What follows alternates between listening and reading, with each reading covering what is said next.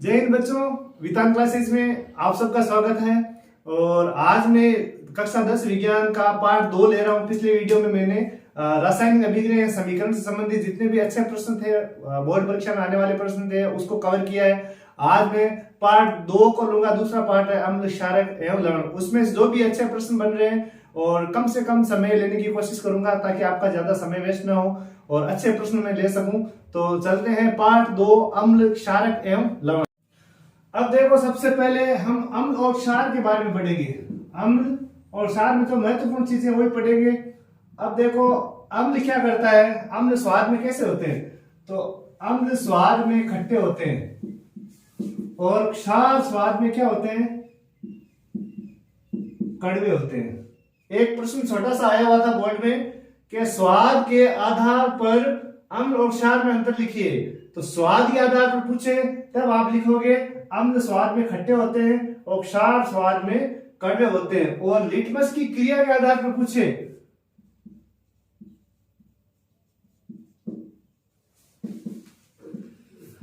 अब देखो, लिटमस की क्रिया के आधार पर आपको पूछे कि कैसे होंगे। तो लिटमस पर ये क्या करता है, अम्ल नीले लिटमस पत्र को लाल कर देता है। नीले लिटमस पत्र को लाल कर देता है। तो आप ऐसा याद रखो, इसमें शॉर्ट में नीलम।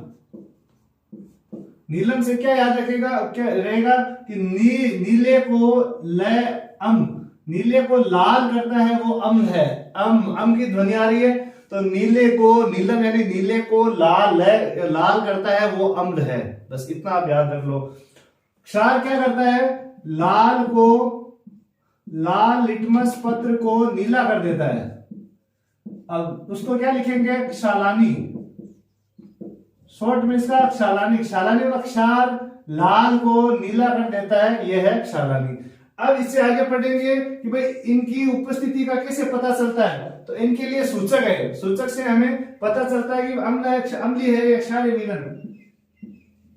सूचक ये क्या करते हैं, ये अम्ल और क्षार की उपस्थिति को दर्शाते हैं या पता लगाते हैं। अम्ल व क्षार की उपस्थिति,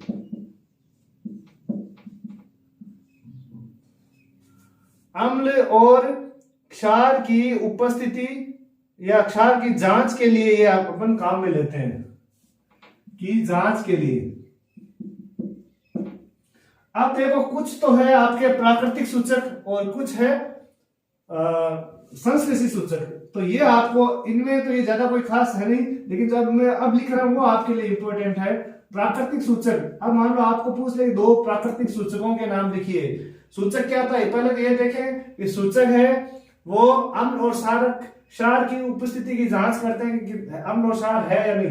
तो प्राकृतिक सूचक में है हल्दी है और गुड़हल का फूल होता है गहरे लाल रंग का। तो गुड़हल और लिटमस, और भी 1-2 होते हैं और भी है, लेकिन आप इतने याद रख लें, हल्दी, गुड़हल और लिटमस ये क्या है, प्राकृतिक सूचक है। लिटमस पत्र होता है जो लीचेन पौधे से प्राप्त होता है, वो उसकी आगे चर्चा करेंगे। और संश्लेषित सूचक क्या होते हैं, जो प्रयोगशाला में तैयार किए जाते हैं। संश्लेषित सूचक, इनमें 2 नाम आपको याद रखना। एक तो फिनोफ्थेलिन और एक याद रखना है मेथिल ऑरेंज। ये आपको 2 याद रखने हैं प्राकृतिक सूचक में। हल्दी, गुड़हल, लिटमस, ये तो हो गए प्राकृतिक सूचक। अगर आपको ऐसा सवाल पूछे कि हल्दी किस प्रकार का सूचक है, तो प्राकृतिक। गुड़हल किस प्रकार का, प्राकृतिक। लिटमस, और ये है संश्लेषित में क्या है, 2 नाम पूछ ले, 2 संश्लेषित सूचकों के नाम लिखो, तो फिनोफ्थेलिन और मेथिल ऑरेंज। अब देखो, अब अपन बात करेंगे लिटमस की। अब लिटमस कैसे, लिटमस पत्र होता है कहां से मिलता है। तो लिटमस ये लीचेन पौधे से किस समूह का, ये थैलोफाइटा समूह का पादप है। थैलोफाइटा समूह का पादप। यहां छोटा प्रश्न बन रहा है कि लिटमस किससे प्राप्त होता है। तो लीचेन पौधे से प्राप्त होता है और ये थैलोफाइटा समूह है का पादप। 9th क्लास में आपने पादपों के समूह पढ़े होंगे, उनमें थैलोफाइटा भी एक समूह था। अब जब ये लिटमस न तो अम्लीय होता और न क्षारीय होता तो कैसा रंग देता है? जब विलयन न अम्लीय होता है और न क्षारीय होता है तो ये कैसा रंग देगा? बैंगनी रंग देगा।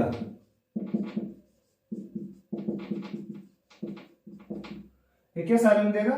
बैंगनी रंग। यदि विलयन न तो अम्लीय होगा और न क्षारीय होगा तो ये बैंगनी रंग देगा। अब देखो इसके अंदर आपके बुक में 2-4 और लिखे हुए हैं, जैसे लाल पत्ता गोभी, हल्दी, हाइड्रेंजिया, पेटूनिया, जेरेनियम, ये भी प्राकृतिक सूचकों में ही है। तो इनमें आप और लिख सकते हो, पेटूनिया, और है आपके हाइड्रेंजिया, हाइड्रेंजिया, पत्ता गोभी को भी एक सूचक के रूप में काम में लेते हैं। अब चलते हैं आगे।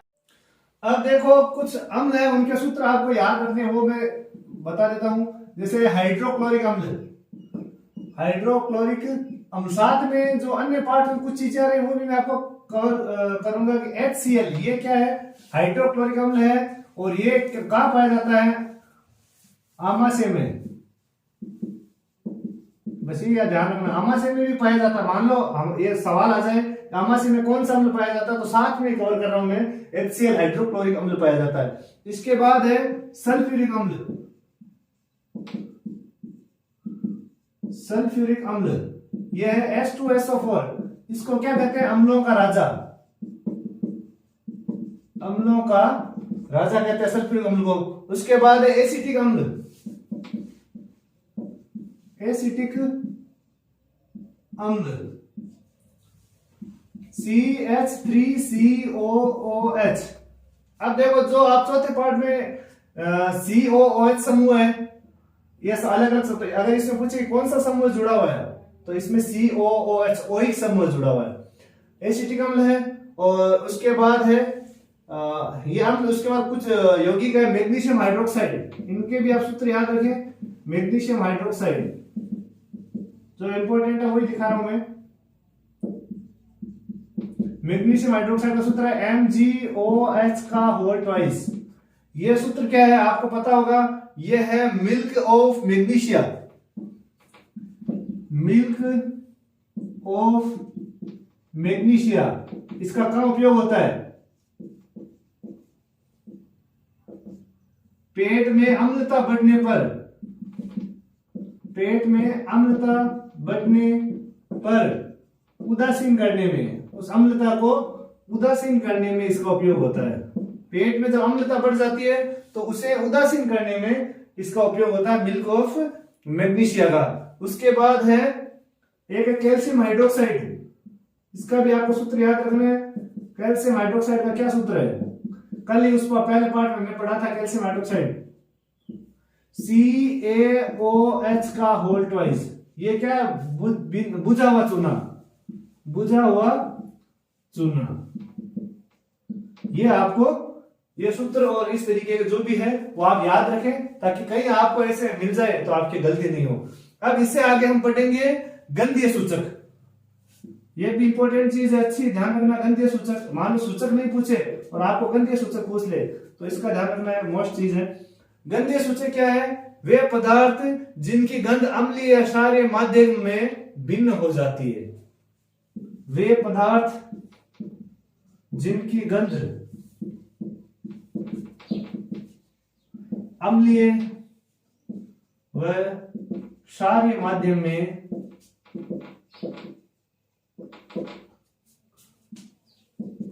भिन्न हो जाती है, भिन्न हो जाती है।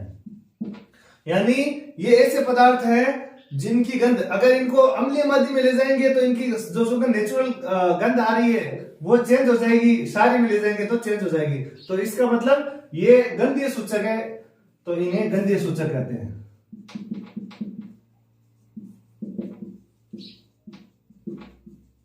गंधीय सूचक कहते हैं। अब इसमें एग्जाम्पल तो आपकी दिया वेनिला, प्याज, लौंग का तेल, तो ये आपके गंधीय सूचक में आप उदाहरण लिख सकते हैं। इससे ज्यादा इसमें कोई इंपॉर्टेंट नहीं। अब आगे चलते हैं। अब देखो इससे आगे है अम्ल की धातु के साथ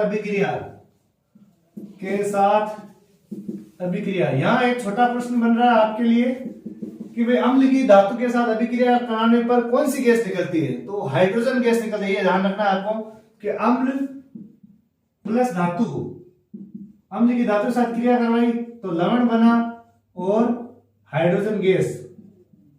अब ये हाइड्रोजन गैस को जब देखो किसी जलती हुई चीज के पास ले जाते हैं ना, तो पटपट की ध्वनि करती है, यानी चट की ध्वनि होती है। तो हाइड्रोजन गैस क्या है? ये एक विस्फोटक गैस है। इसका उपयोग विस्फोटक पदार्थों में किया जाता है। तो अपने को तो इतना ध्यान रखना है कि अम्ल की धातु के साथ क्रिया कराने पर क्या बनता है? लवण और हाइड्रोजन गैस। अब देखो ये है एक अभिक्रिया है सोडियम हाइड्रोक्साइड, सोडियम हाइड्रोक्साइड की क्रिया जिंक धातु के साथ करवाई। सोडियम हाइड्रोक्साइड की क्रिया जिंक के साथ करवाई तो क्या बना? Na2ZNO2, Na2ZNO2 और हाइड्रोजन गैस निकली। अब देखो ये समीकरण है ना आपके, तो किस प्रकार से बोर्ड में इंपॉर्टेंट है। यहां ये भी लिख सकता है कि ये अभिक्रिया दे दी और यहां X लिखा हुआ मिल जाए आपको कि सोडियम हाइड्रोक्साइड की जिंक के साथ क्रिया कराने पर एक यौगिक X और हाइड्रोजन गैस मुक्त होती है। तो यौगिक X का नाम लिखो। तो आप क्या लिखोगे यौगिक X का नाम? यौगिक X होगा Na2ZNO2, इसका नाम है सोडियम जिंकेट, सोडियम जिंकेट, ये होगा इसका रासायनिक नाम। तो इस तरीके से भी आपके सवाल पूछ सकते हैं कि जिंक धातु की सोडियम हाइड्रोक्साइड के साथ क्रिया करवाने पर सोडियम जिंकेट और हाइड्रोजन गैस मुक्त होती है। ये और फिर एक अभिक्रिया जो कल आई थी वही है कि कैल्शियम हाइड्रोक्साइड की क्रिया, कैल्शियम हाइड्रोक्साइड की क्रिया किसके साथ? कार्बन डाइऑक्साइड के साथ करवाने पर क्या होता है? ये कल आई अभिक्रिया, ये बिना बुझा हुआ चूना है, वायुमंडल की कार्बन डाइऑक्साइड से क्रिया करता है, तब क्या करता है? CaCO3, यह है चूना पत्थर, कैल्शियम कार्बोनेट बनाता है और जल, कैल्शियम कार्बोनेट और जल बनाता है। यह है वो जो दीवारों पे सफेदी करते हैं, 2-3 दिन बाद उस पर चमक आती है, उसके लिए यह अभिक्रिया है कि कैल्शियम हाइड्रोक्साइड की कार्बन डाइऑक्साइड के साथ क्रिया कराने पर कैल्शियम कार्बोनेट और जल बनता है, जल वाष्प के रूप में मुक्त हो जाता है। ये चीज है। अब इससे आगे आपको हाइड्रोजन कार्बोनेट की, ये हाइड्रोजन कार्बोनेट यानी धातु कार्बोनेट या धातु हाइड्रोजन कार्बोनेट के साथ अम्लों की अभिक्रिया है। अब इससे आगे चलते हैं। अब देखो एक अभिक्रिया है, वो भी आपकी अच्छी अभिक्रिया है, कैल्शियम कार्बोनेट की जल और कार्बन डाइऑक्साइड के साथ क्रिया कराने पर एक यौगिक X बनता है, उस यौगिक का नाम लिखिए, बस ये आ जाए। तो जब कैल्शियम कार्बोनेट की जल और कार्बन डाइऑक्साइड से क्रिया कराते हैं तो क्या बनता है? X बराबर होगा CaHCO3, calcium hydrogen carbonate CaCO3 whole twice, ये आपके यौगिक बनेगा। इसका नाम क्या होगा? Calcium hydrogen carbonate, hydrogen carbonate,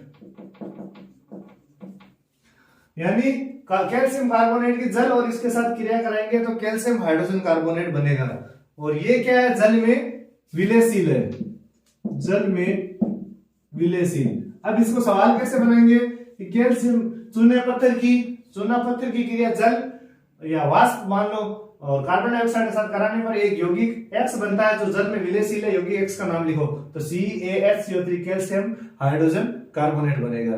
अब इससे आगे आपके है उदासीनीकरण अभिक्रिया। अब मान लो इसकी परिभाषा पूछ ली, ज्यादा इंपॉर्टेंट तो नहीं है लेकिन परिभाषा आप ध्यान रखना कि अम्ल व क्षार की क्रिया, अम्ल व क्षार की क्रिया करवाने पर की अभिक्रिया से, जब अम्ल और क्षार की क्रिया करवाते हैं लवण व जल बनते हैं, लवण व जल बनता है। इसे क्या कहते हैं? इसे उदासीनीकरण अभिक्रिया कहते हैं, इसे उदासीनीकरण अभिक्रिया कहते हैं। ये याद रखना है आपको।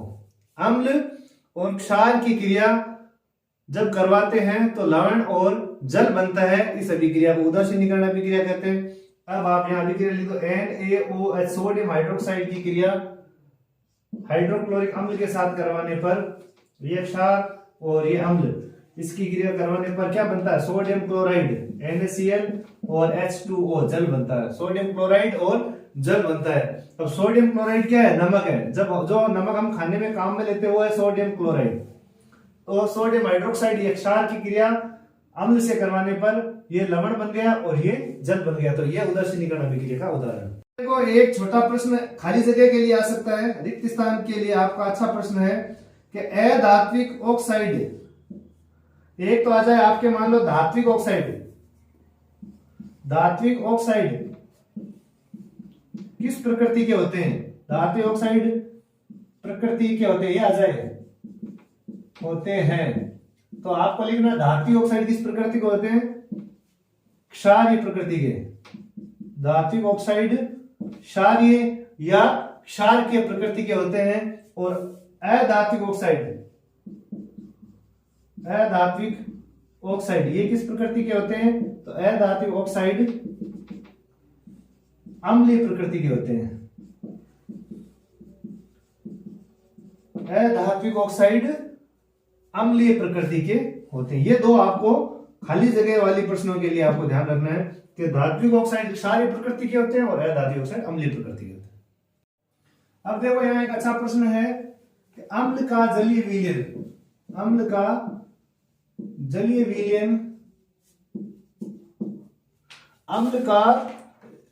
विलयन विद्युत का चालन क्यों करता है, विद्युत का चालन क्यों करता है। यह अच्छा प्रश्न है, ध्यान रखना है।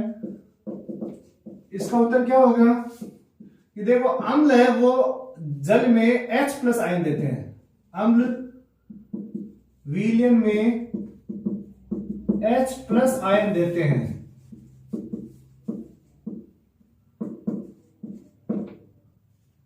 H+ जो अम्ल को जल में घोलते हैं तो अम्ल का विलयन H+ आयन देते हैं और यही H+ आयन है जो विद्युत का चालन करते हैं।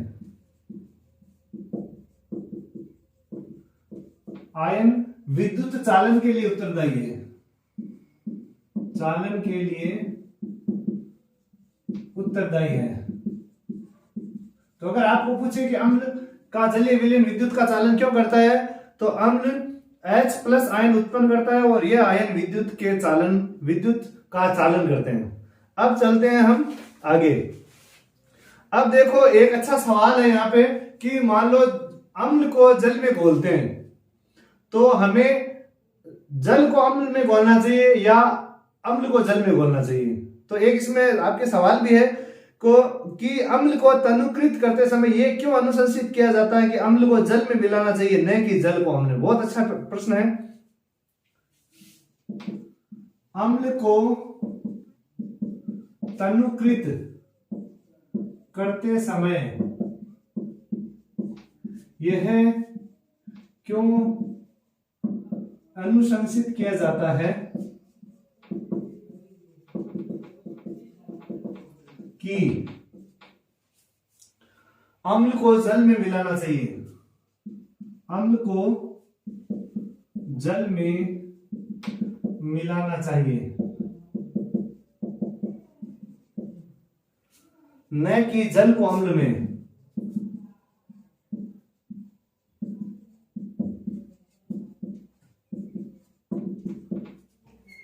अब देखो आप क्या करोगे, मान लो अम्ल आपके पास एक प्रणाली में या बीकर में अम्ल है, उसमें आपने अगर जल डाल दिया तो वो क्या होगा कि उफन कर या आस्फलित होकर बाहर आ जाएगा और बाहर आ जाएगा तो आपके हाथ जल सकते हैं। तो इसमें क्या प्रोसेस होता है कि आपने पानी लिया, थोड़ा सा अम्ल डाला और उसको हिलाया और फिर वापस अम्ल डाला थोड़ा सा, एकदम नहीं डालना है, एकदम डालोगे तो वो बाहर आ जाएगा। तो थोड़ा थोड़ा पानी डालना है, फिर उसको हिलाना है और उसको उसमें तनुकृत करना है। तो ये कारण है इसको। ये इसमें कौन सी अभिक्रिया होती है, उष्मा क्षेपीय अभिक्रिया होती है, अत्यंत उष्मा मुक्त होती है, इससे हाथ जल सकता है। तो जल में अम्ल या क्षारक के घुलने की प्रक्रिया अत्यंत उष्मा क्षेपीय होती है। तो उत्तर कैसे लिखेंगे? जल में अम्ल घोलने की प्रक्रिया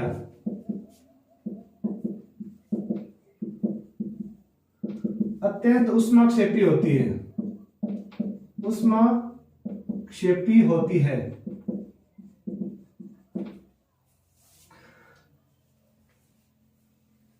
अम्ल को सदैव धीरे धीरे और जल को लगातार हिलाते हुए जल में मिलाना चाहिए। अम्ल को सदैव धीरे धीरे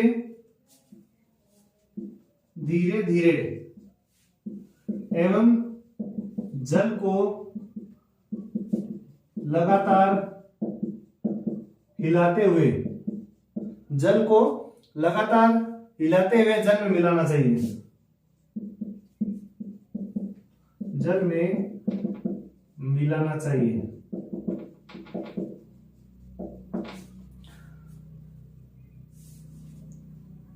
सांद्र अम्ल में जल मिलाने पर उत्पन्न हुई ऊष्मा के कारण मिश्रण आस्फलित होकर बाहर आ सकता है और आप जल सकते हो। अब देखो, मान लो हमने धीरे धीरे मिलाना है। सांद्र अम्ल को, अगर सांद्र अम्ल है, सल्फ्यूरिक अम्ल है या हाइड्रोक्लोरिक अम्ल है, तो सांद्र अम्ल में जल मिला। अब ये तो हो गई कि भाई कैसे, तरीका क्या है? तो तरीका क्या है कि आपको एक बार उसमें थोड़ा सा अम्ल डालना है, फिर हिलाना जल को, फिर थोड़ा डालना, हिलाना। इससे क्या होगा कि आस्फलित नहीं होगा। अगर मान लो हमने सांद्र अम्ल में जल मिलाने पर, अगर मान लो सीधा सांद्र अम्ल में जल मिलाने पर उत्पन्न ऊष्मा के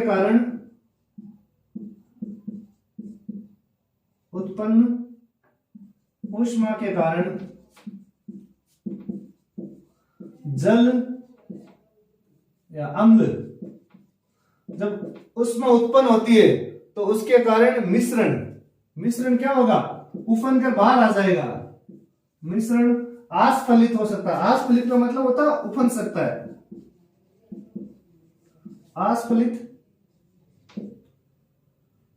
आस्फलित होकर बाहर आ सकता है और आप जल सकते हैं।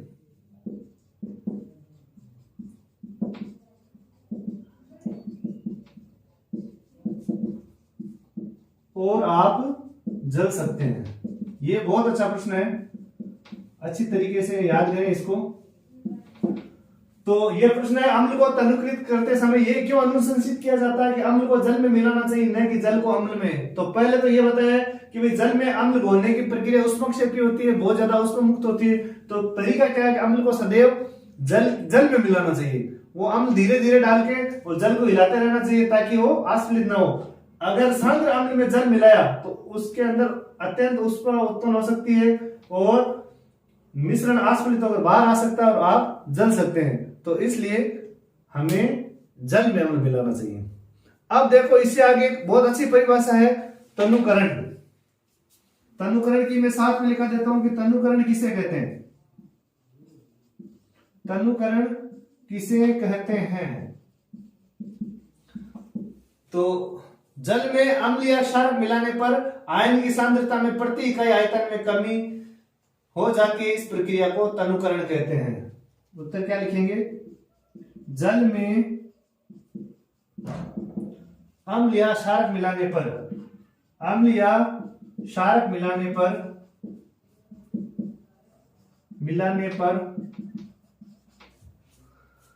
आयन की सांद्रता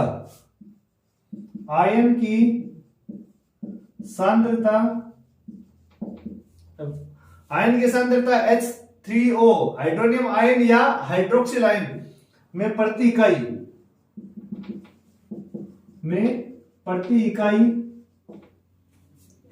आयतन में कमी हो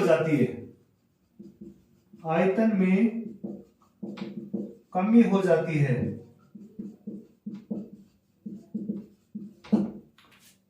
इस प्रक्रिया को तनुकरण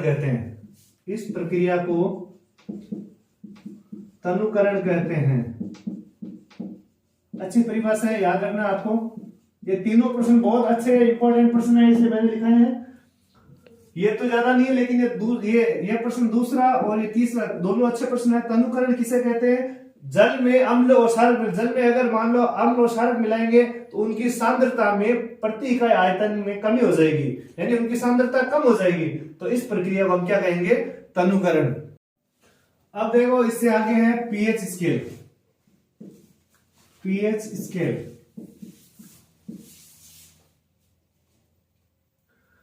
पी में पी तो छोटा रहेगा, एच बड़ा। पीएच स्केल ये क्या है? किसी विलयन में हाइड्रोजन आयन की सांद्रता ज्ञात करने के लिए, यानी कोई विलयन है उसके अंदर हाइड्रोजन आयन की कितनी सांद्रता है उसके ज्ञात करने के लिए स्केल बनाई गई है, उसको पीएच स्केल कहते हैं। तो किसी विलयन में, पिछली बार इससे सवाल आया हुआ है तो अब कम चांस है, लेकिन तो भी थोड़ा नॉलेज होना चाहिए। किसी विलयन में हाइड्रोजन आयन की सांद्रता ज्ञात करने के लिए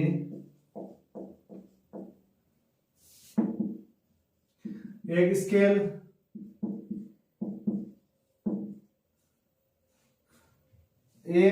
विकसित किया गया है जिसे पीएच स्केल कहते हैं। अब ये पीएच स्केल क्या है? अब देखो किसी विलयन में हाइड्रोजन आयन की सांद्रता जितनी अधिक होगी उसकी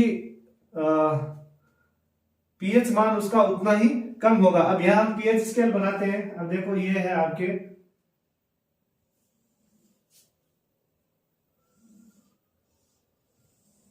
है पीएच स्केल।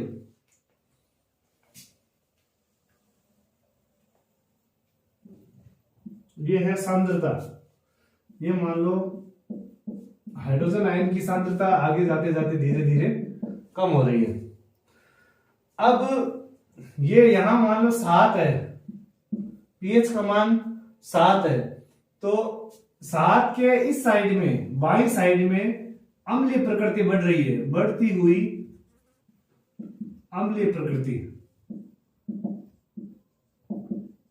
यानी इस साइड में ये है 0, ये यहाँ है 7 और यहाँ है 14। अब देखो इस साइड में क्या, कौन सी प्रकृति बढ़ रही है? क्षारीय प्रकृति बढ़ रही है, अम्लीय प्रकृति घट रही है। क्षारीय प्रकृति बढ़ रही है, या ये भी कह सकते हैं कि अम्लीय प्रकृति घट रही है। तो यहां H प्लस आयन की मात्रा ज्यादा होगी, यहां OH माइनस आयन। अब देखो अगर मान लो इसकी सांद्रता ज्यादा होगी हाइड्रोजन आयन की, तो उसका पीएच, यानी यहां से देखो, यहां से इसकी जो सांद्रता है वो बढ़ रही है। तो सांद्रता तो बढ़ रही है, लेकिन ये मान लो यहाँ 6 है, यहाँ 5 है, 4 है, 3 है, 2 है, 1 ऐसे होंगे। तो हाइड्रोजन आयन की सांद्रता जैसे जैसे बढ़ेगी पीएच का मान कम होता जाएगा। तो हाइड्रोजन आयन की सांद्रता बढ़ने पर पीएच मान कम होगा, पीएच मान कम होगा। और जिस विलयन की सांद्रता 7 है तो वो कैसा होगा? तो सांद्रता 7 होने पर या पीएच का मान अगर 7 है तो वो विलयन होगा उदासीन। 7 से कम है तो वो होगा अम्लीय, और 7 से अधिक है तो विलयन होगा क्षारीय। तो विलयन कैसा होगा? क्षारीय। यानी इस स्केल से आगे जाने पर विलयन की क्षारीय प्रकृति बढ़ रही है, और 7 से पीछे जाने पर हाइड्रोजन आयन की मात्रा बढ़ रही है और अम्लीय प्रकृति बढ़ रही है, पीएच का मान घट रहा है। यहाँ इस अम्लीय प्रकृति में पीएच का मान कम होता है और क्षारीय प्रकृति में पीएच का मान अधिक होता है। तो ये ध्यान रखना है। और बाकी यहाँ जठर रस कौन सा होता है? HCl, जो अपने पेट में होता है अम्लीय, उसका मान अम्लीयता 1.2 और नींबू के रस की 2.2। शुद्ध जल, अब देखो शुद्ध जल होता है वो उदासीन होता है, तो शुद्ध जल का पीएच कितना होता है? 7 होता है। शुद्ध जल का पीएच मान होता है 7। इसका मतलब शुद्ध जल कैसा होता है? उदासीन होता है, ना तो अम्लीय होता है और न क्षारीय होता है। तो शुद्ध जल विद्युत का चालन नहीं करता है, अगर उसमें अशुद्धि है तब वो विद्युत का चालन करेगा। तो ये पीएच स्केल है। अब देखो इसके अंदर प्रबल अम्ल और दुर्बल अम्ल दो चार दिए हुए, लेकिन ये पिछली परीक्षा में आ चुके हैं। एक छोटा सा प्रबल अम्ल क्या है और दुर्बल अम्ल क्या है, ये ध्यान रखना आपको। प्रबल अम्ल किसे कहते हैं? प्रबल अम्ल ये क्या होते हैं? अधिक मात्रा में H+ आयन, अधिक मात्रा में H+ आयन उत्पन्न करने वाले, आयन उत्पन्न करने वाले अम्ल, इन्हें प्रबल अम्ल कहते हैं। यानी जिसकी सांद्रता जितनी अधिक होगी वो अम्ल उतना ही प्रबल होगा, लेकिन पीएच मान कम होगा। और दुर्बल अम्ल कौन से होते हैं? कम मात्रा में। दुर्बल अम्ल क्या होते हैं? कम मात्रा में H+ आयन उत्पन्न करने वाले अम्लों को दुर्बल अम्ल कहते हैं। तो अधिक मात्रा में जो H+ आयन उत्पन्न करते हैं उन्हें प्रबल अम्ल, और कम मात्रा में उत्पन्न करते हैं उन्हें दुर्बल अम्ल कहते हैं। अब देखो आगे एक छोटा सा सवाल है कि अम्लीय वर्षा कब होती है? पीएच का मान कितना हो जाता है तब अम्लीय वर्षा होती है? तो जब वर्षा के जल की पीएच कितनी हो जाती है? 5.6 से कम हो जाती है, 6 से कम हो जाती है तो अम्लीय वर्षा होती है। इसका मतलब क्या हुआ कि 7 तक तो उदासीन होता है, 7 से जब नीचे जाते हैं तो अम्ल की मात्रा बढ़ती जाती है, और 5.6 से नीचे जाने पर वो वर्षा के जल में जब 5.6 से कम हो जाता है पीएच, तो वो अम्लता बढ़ जाती है और वो वर्षा बन जाती है अम्लीय वर्षा। अब इससे आगे देखो, इससे आगे क्या है? अब एक मैं बता चुका हूं, लेकिन फिर भी इसमें आया हुआ है कि हमारे उदर में कौन सा अम्ल होता है? तो हाइड्रोक्लोरिक अम्ल होता है। पहले भी बता चुका हूं मैं, हाइड्रोक्लोरिक अम्ल सूत्र क्या है उसका? HCl। अब क्या होती है कि हम जब ज्यादा हमारे पेट की अम्लता बढ़ जाती है तो हाइड्रोक्लोरिक अम्ल की मात्रा बढ़ जाती है। अम्ल की मात्रा क्या होती है? बढ़ जाती है। तो हम उस सामान्य भाषा में उसको कहते हैं एसिडिटी यानी एसिड की मात्रा, एसिड यानी अम्ल होता है, तो एसिड की मात्रा बढ़ गई और हमें दर्द और जलन का अनुभव होता है। तब ये बढ़ जाती है तो पेट में क्या होगा? दर्द होगा और जलन होगा। अब इस अम्लता को कम करने के लिए, अब एसिडिटी होगी तो एंटासिड होना चाहिए। कम करने के लिए क्या यूज करते हैं? एंटासिड यूज करते हैं। एंटासिड का मतलब हुआ एंटी एसिड, यानी एसिड को शांत करने वाला। एंटी एसिड में कौन सा होता है? Milk of magnesia. इसको क्या कहते हैं? मैग्नीशिया का दूध। मैग्नीशिया क्या सूत्र है इसका? Mg मैग्नीशियम हाइड्रोक्साइड, इसका यूज करते हैं। और ये क्या करता है? ये क्षार है जो अम्ल की मात्रा को उदासीन कर देता है और हमें उस दर्द से राहत प्रदान करता है। तो ज्यादा इससे अगर इसमें से प्रश्न पूछेंगे तो यह पूछ सकते हैं कि पेट की अम्लता को, उदर की अम्लता को कम करने के लिए किसका प्रयोग किया जाता है? एंटासिड का। कौन से एंटासिड का प्रयोग किया जाता है? मिल्क ऑफ मैग्नीशिया का, MgO का होल्ट्राइज। इससे ज्यादा प्रश्न इसमें नहीं बन रहे। अब देखो पीएच परिवर्तन के कारण दंत क्षय, इसमें सबसे महत्वपूर्ण प्रश्न बन रहा है। एक छोटा सा है, इंपॉर्टेंट लिख लेना, आप याद भी कर लेना कि जो हमारे मुख में हमारे जो दांतों का इनेमल होता है वो किसका बना होता है? दांतों का इनेमल या दंत वल्क किसका बना होता है?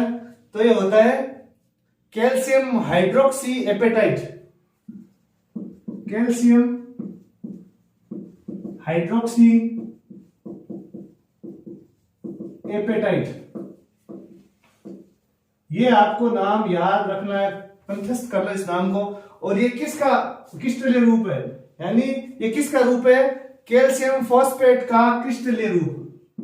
कैल्शियम फॉस्फेट का क्रिस्टलीय रूप।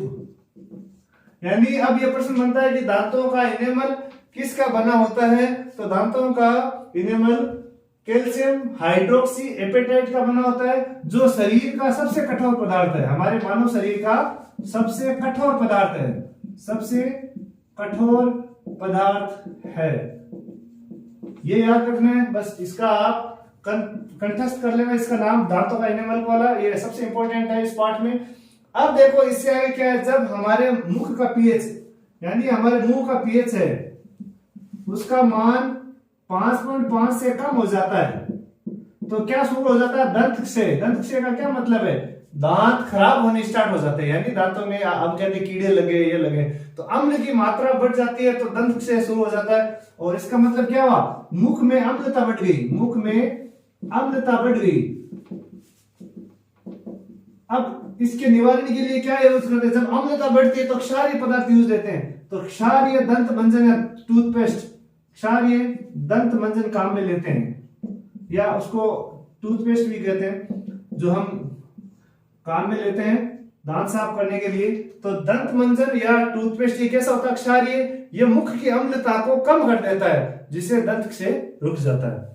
अब देखो इससे आगे कुछ चीजों में जो अम्ल है, सिरका है, संतरा है, इमली, टमाटर, इनके आपको याद रखना है कि सिरके में कौन सा अम्ल होता है, तो सिरके में होता है एसिटिक अम्ल, ये याद रखना है। कई छोटा प्रश्न पूछ सकते हैं, इमली में कौन सा होता है, टार्टरिक अम्ल, इमली में टार्टरिक अम्ल। और संतरे में कौन सा होता है, संतरा में सिट्रिक अम्ल, सिट्रिक अम्ल। टमाटर में कौन सा होता है, ऑक्जेलिक अम्ल, टमाटर इसमें होता है ऑक्जेलिक अम्ल, ऑक्जेलिक अम्ल। दूध में कौन सा होता है, दूध, दही में, दूध मान लो या दही, दही में, तो दही में कौन सा होता है, खट्टे दूध या दही में, लैक्टिक एसिड या लैक्टिक अम्ल, लैक्टिक अम्ल। दूध में लैक्टिक अम्ल होता है, वो लैक्टोबैसिलस जीवाणु उसको दूध को दही में बदलता है, इसलिए उसमें लैक्टिक अम्ल। नींबू में या सिट्रिक अम्ल नींबू में भी होता है। और चींटी के डंक में मेथेनोइक अम्ल होता है, चींटी के डंक, चींटी का डंक होता है, उसमें कौन सा अम्ल होता है, मेथेनोइक अम्ल, मेथेनोइक अम्ल। और नेटल के डंक में भी मेथेनोल, नेटल का डंक होता है, एक पौधा होता है नेटल का, तो उसके डंक में भी क्या होता है, मेथेनोइक अम्ल ही होता है। इस तरीके के आपको सब अम्लों के नाम याद रखने। पिछली बार एक पूछा हुआ शायद इमली का किसी का, तो भी आपको नाम याद होना कि ये इसमें सबसे महत्वपूर्ण है कि दांतों का एनिमल किसका बना होता है। अब चलते हैं आगे। अब देखो इस पार्ट का जो सबसे महत्वपूर्ण पार्ट है वो है ये सोडियम हाइड्रोक्साइड आयन में है क्लोर क्षार अभिक्रिया। आपको ये याद रखना है कि क्लोर क्षार अभिक्रिया किसे कहते हैं, ये तो मोस्ट इंपोर्टेंट है, याद कर लेना इसको। क्लोर क्षार अभिक्रिया और उसका चित्र। क्लोर क्षार क्या होता है, सोडियम हाइड्रोक्साइड के, सोडियम क्लोराइड के जलीय विलयन में, सोडियम हाइड्रोक्साइड क्लोराइड के, सोडियम क्लोराइड के जलीय विलयन में विद्युत धारा प्रवाहित करने पर यह वियोजित का मतलब क्या होता है, टूटकर, वियोजित होकर सोडियम हाइड्रोक्साइड उत्पन्न करता है, वियोजित होकर सोडियम हाइड्रोक्साइड उत्पन्न करता है, इसे क्लोर क्षार अभिक्रिया कहते हैं। ये याद रखना आपको, उत्पन्न करता है, इसे क्लोर क्षार अभिक्रिया कहते हैं। और इसका अभिक्रिया समीकरण भी पूछ सकते हैं कि सोडियम क्लोराइड के जलीय विलयन जब हम विद्युत धारा प्रवाहित करेंगे तो ये सोडियम हाइड्रोक्साइड बनाएगा, इस क्रिया को क्लोर क्षार अभिक्रिया कहते हैं। और इसमें क्लोर क्षार क्यों कहते हैं इसको, क्योंकि इसमें क्लोरीन और सोडियम हाइड्रोक्साइड, क्लोरीन बनता है, तो क्लोरीन को तो इसमें क्या बनता है, क्लोरीन बनता है, तो क्लोरीन के कारण इसको कहते हैं क्लोर। और सोडियम हाइड्रोक्साइड बनता है, सोडियम हाइड्रोक्साइड, ये क्या है, क्षार, तो इसलिए इसका नाम हो गया क्लोर क्षार अभिक्रिया। अब इसका समीकरण कैसे लिखेंगे, NaCl, ये है सोडियम क्लोराइड, इसको जलीय विलयन जल में डालेंगे तो H2O, ये हो गया जल।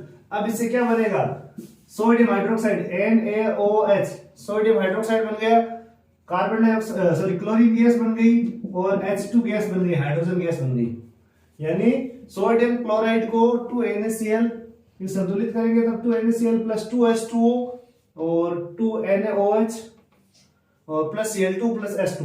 यानी ये आपको याद रखनी है कि सोडियम क्लोराइड की को जल में डाल दिया, जलीय विलयन में, ये लिखा हुआ है सोडियम क्लोराइड जल, ये जलीय विलयन है, जल में डालिए इसको। जब इसमें विद्युत धारा, यहाँ विद्युत लिख सकते हो, विद्युत धारा प्रवाहित करेंगे तो ये किस में वियोजित हो जाएगा, सोडियम हाइड्रोक्साइड में, क्लोरीन गैस मुक्त हो जाएगी और हाइड्रोजन गैस मुक्त हो जाएगी।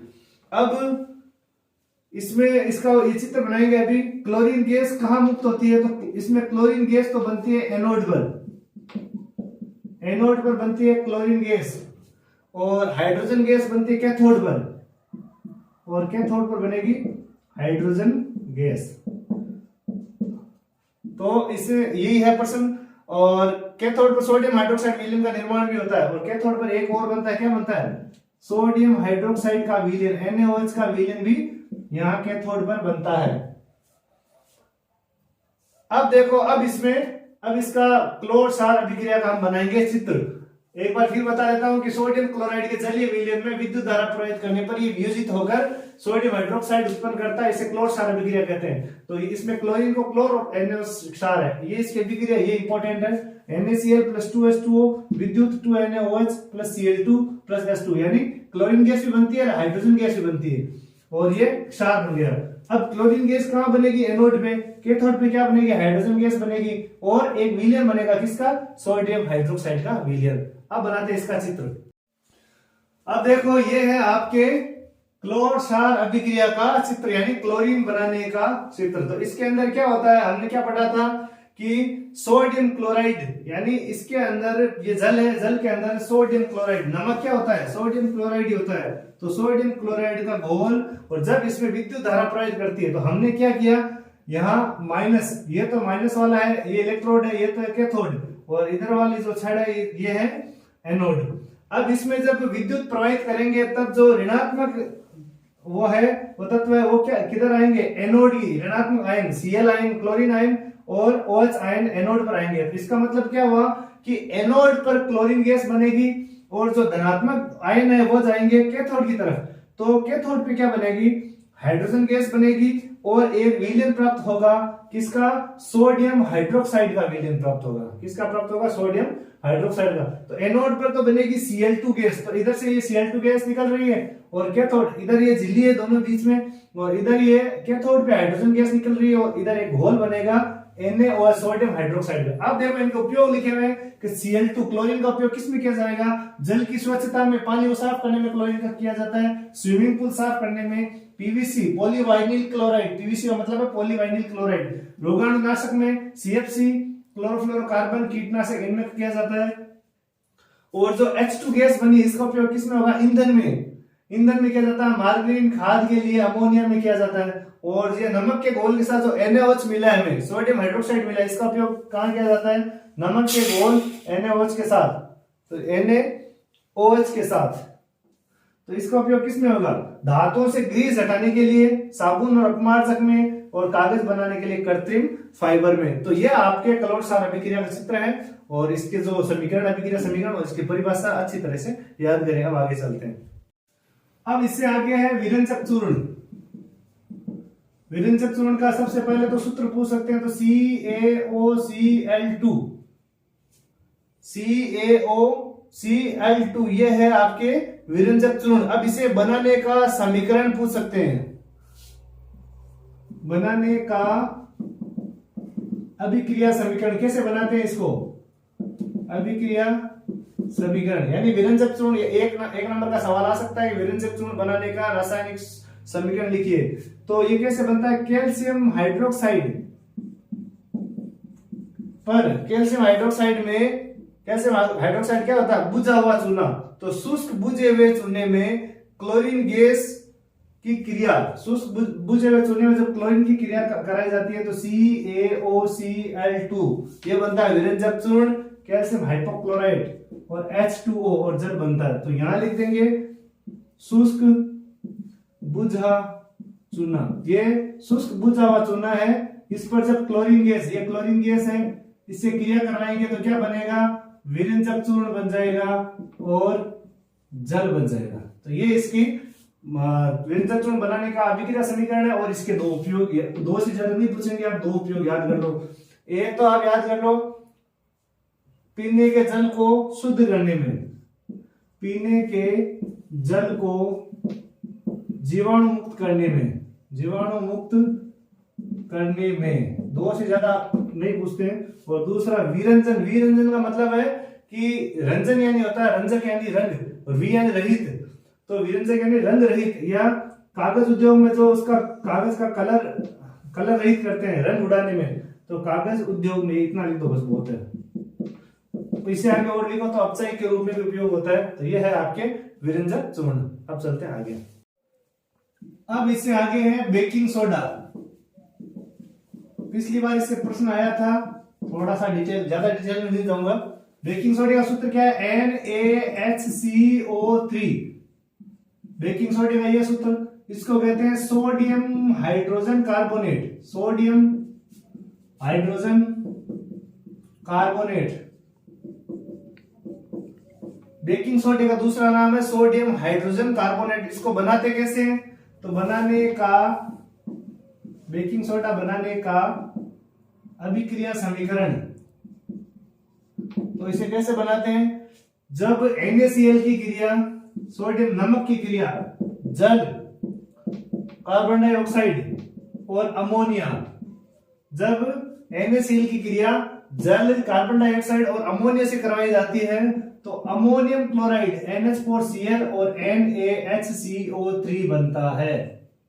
NH4Cl ये तो हो गया नमक, सोडियम क्लोराइड ये जल है, ये कार्बन डाइऑक्साइड सबको पता है, ये है अमोनिया NH3, और ये है अमोनियम क्लोराइड, अमोनियम क्लोराइड बनता है। और क्या बनता है, और ये बन जाता है baking soda, sodium hydrogen carbonate, sodium hydrogen carbonate, यह है आपके बेकिंग सोडा बनाने की रासायनिक अभिक्रिया। इसको आप याद रखें, यह एक दुर्बल असंक्षारक क्षारीय लवण है। ये क्या, बेकिंग सोडा एक दुर्बल असंक्षारक क्षारीय लवण, क्षारीय लवण है। अब इसका उपयोग किसमें होता है, इसका उपयोग बेकिंग उद्योग में, बेकिंग का मतलब डबल रोटी जो उद्योग है उसमें किया जाता है, और जो हमारे कचौरी समोसा जो भी खाते हैं उनमें भी यूज किया जाता है। तो ये बेकिंग अम्ल है। और इसका उपयोग किसमें होता है, एंटीसिड का संगठन भी है, यानी ये एंटीसिड में भी काम आता है। हमने पहले पढ़ा था मिल्क और मैग्नीशिया, और ये भी एंटीसिड एक तरीका एंटीसिड का संगठन है। संगठन मतलब इसके अंदर दो से 8 चीजें और मिला के एंटीसिड बनाया जाता है, तो ये एंटीसिड का संगठन है। तो इसमें तो यही है। आने वाला एक और है इसमें कि जब ये इसे गर्म किया जाता है, तो जब सोडियम हाइड्रोजन कार्बोनेट को NaHCO3 इसे गर्म किया जाता है तो किस में वियोजित होता है, तो सोडियम हाइड्रोजन कार्बोनेट को गर्म करने पर ये क्या बन जाता है, Na2CO3, Na2CO3 और जल और कार्बन डाइऑक्साइड बनाता है, जल और कार्बन डाइऑक्साइड गैस बनाता है। अब ये तो है बेकिंग सोडा, खाने का सोडा, और ये क्या है, सोडियम कार्बोनेट बनाता है, सोडियम कार्बोनेट। तो इसमें यही है ज्यादा इंपॉर्टेंट, बेकिंग सोडे का सूत्र, इसे बनाने का रासायनिक समीकरण, और ये एंटीसिड का संगठन है, दुर्बल क्षारीय लवण है। इसको गर्म करते हैं तब सोडियम कार्बोनेट और जल और कार्बन डाइऑक्साइड गैस बनते हैं। अब देखो इसका उपयोग, महत्वपूर्ण उपयोग है वो एक मैं लिख देता हूं।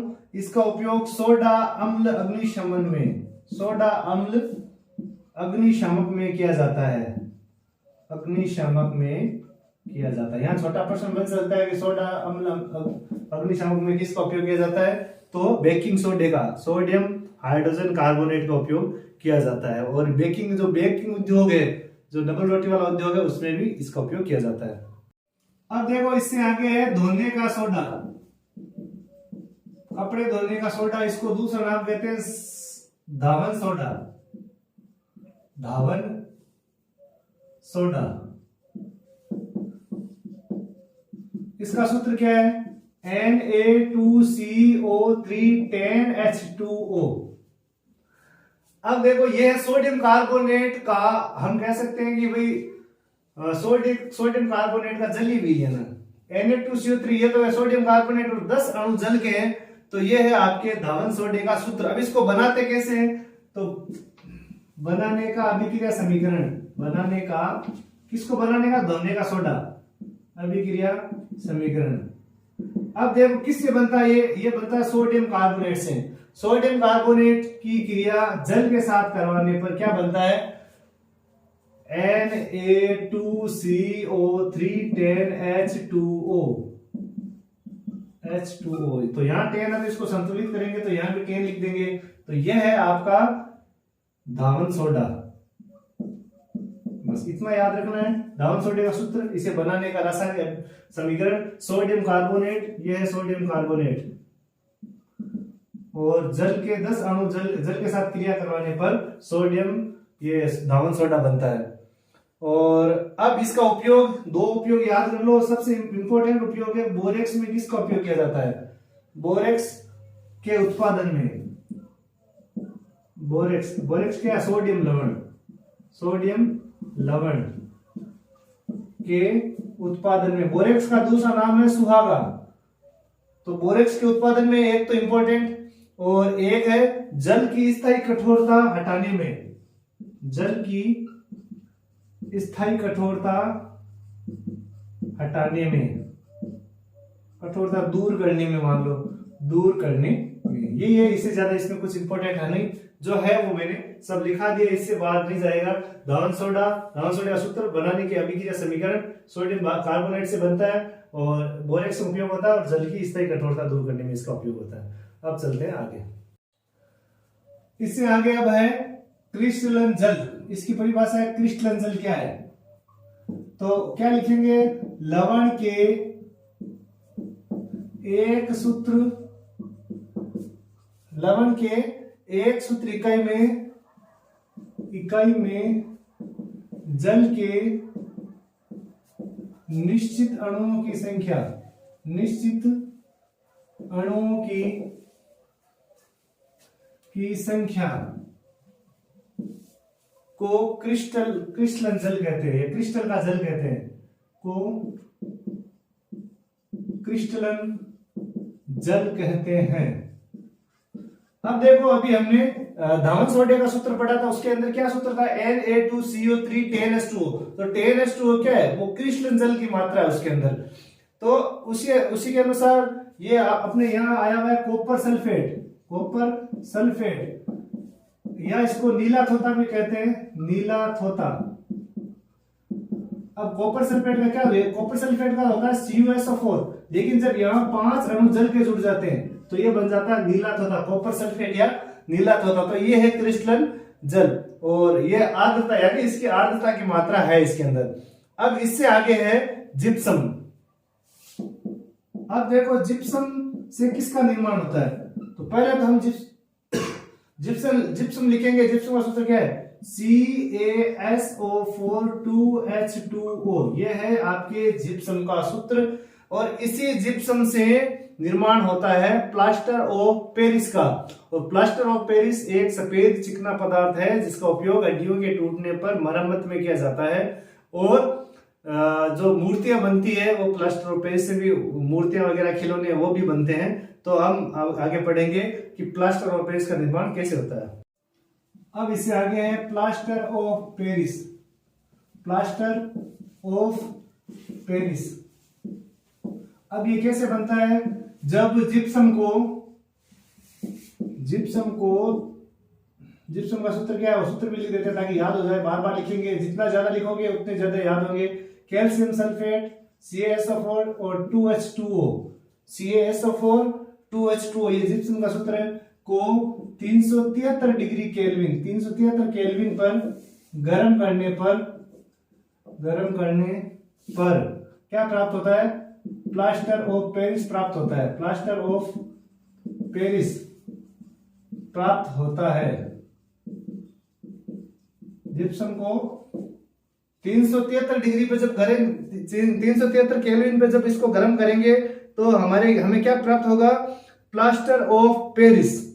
और प्लास्टर ऑफ पेरिस का क्या काम होता है, प्लास्टर ऑफ पेरिस किस काम होता है, टूटी हड्डियों को सही जगह स्थिर रखने के लिए, टूटी हड्डियों को स्थिर रखने के लिए इसका प्रयोग होता है। और क्या होता है, जब ये इसमें ये सफेद पाउडर होता है प्लास्टर ऑफ पेरिस, और इसमें जब जल मिलाते हैं तो ये क्या हो जाता है, कठोर हो जाता है। बस आपको इतना ही ध्यान रखना है, प्लास्टर ऑफ पेरिस जिप्सम से बनता है CaSO4 2H2O। इसको 373 केल्विन पे जब गर्म करेंगे तो हमें क्या होगा, प्लास्टर ऑफ पेरिस प्राप्त होगा। प्लास्टर ऑफ पेरिस का क्या सूत्र होता है, CaSO4 1/2H2O। ये है आपके प्लास्टर ऑफ पेरिस का सूत्र। कैल्शियम सल्फेट का हेमीहाइड्रेट या अर्ध हाइड्रेट, यानी ये तो कैल्शियम सल्फेट है और ये आधा जल का आधा अणु है, इसलिए इसको हेमीहाइड्रेट कहा जाता है। एक प्रश्न भी है आपके कि प्लास्टर ऑफ पेरिस को कैल्शियम सल्फेट का हेमीहाइड्रेट या अर्ध हाइड्रेट क्यों कहा जाता है, कि जिप्सम को जब 373 केल्विन पर गर्म करेंगे तब हमें कैल्शियम सल्फेट का अर्ध हाइड्रेट प्राप्त होता है, जिसे प्लास्टर ऑफ पेरिस भी कहते हैं। अब प्लास्टर ऑफ पेरिस से वापस कैसे प्राप्त करेंगे जिप्सम, तो CaSO4 और 1/2H2O। जब इसकी क्रिया जल के 1.5 अणु से करवाएंगे, यानी 1 से ही 1/2 अणु से करवाएंगे तो हमें क्या प्राप्त हो जाएगा, CaSO4 जिप्सम प्राप्त हो जाएगा 2H2O। ये तो है प्लास्टर ऑफ पेरिस, इसको POP भी बोलते हैं, प्लास्टर ऑफ पेरिस। ये POP, घरों में लोग बोलते हैं मैंने POP करवाई, वो POP ही ये प्लास्टर ऑफ पेरिस। और ये क्या हो गया हमें प्राप्त, जिप्सम। तो प्लास्टर ऑफ पेरिस से जिप्सम प्राप्त करने की प्रक्रिया ये है। और जिप्सम से प्लास्टर ऑफ पेरिस जब 373 केल्विन पे गर्म करेंगे तब ये आप इसको उल्टी लिख दो, जिप्सम से प्लास्टर ऑफ पेरिस प्राप्त हो जाएगी। इसको मान लो ये तो है प्लास्टर ऑफ पेरिस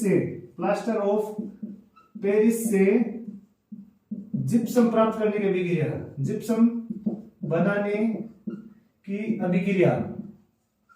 और अगर मान लो जिप्सम से पूछे, जिप्सम से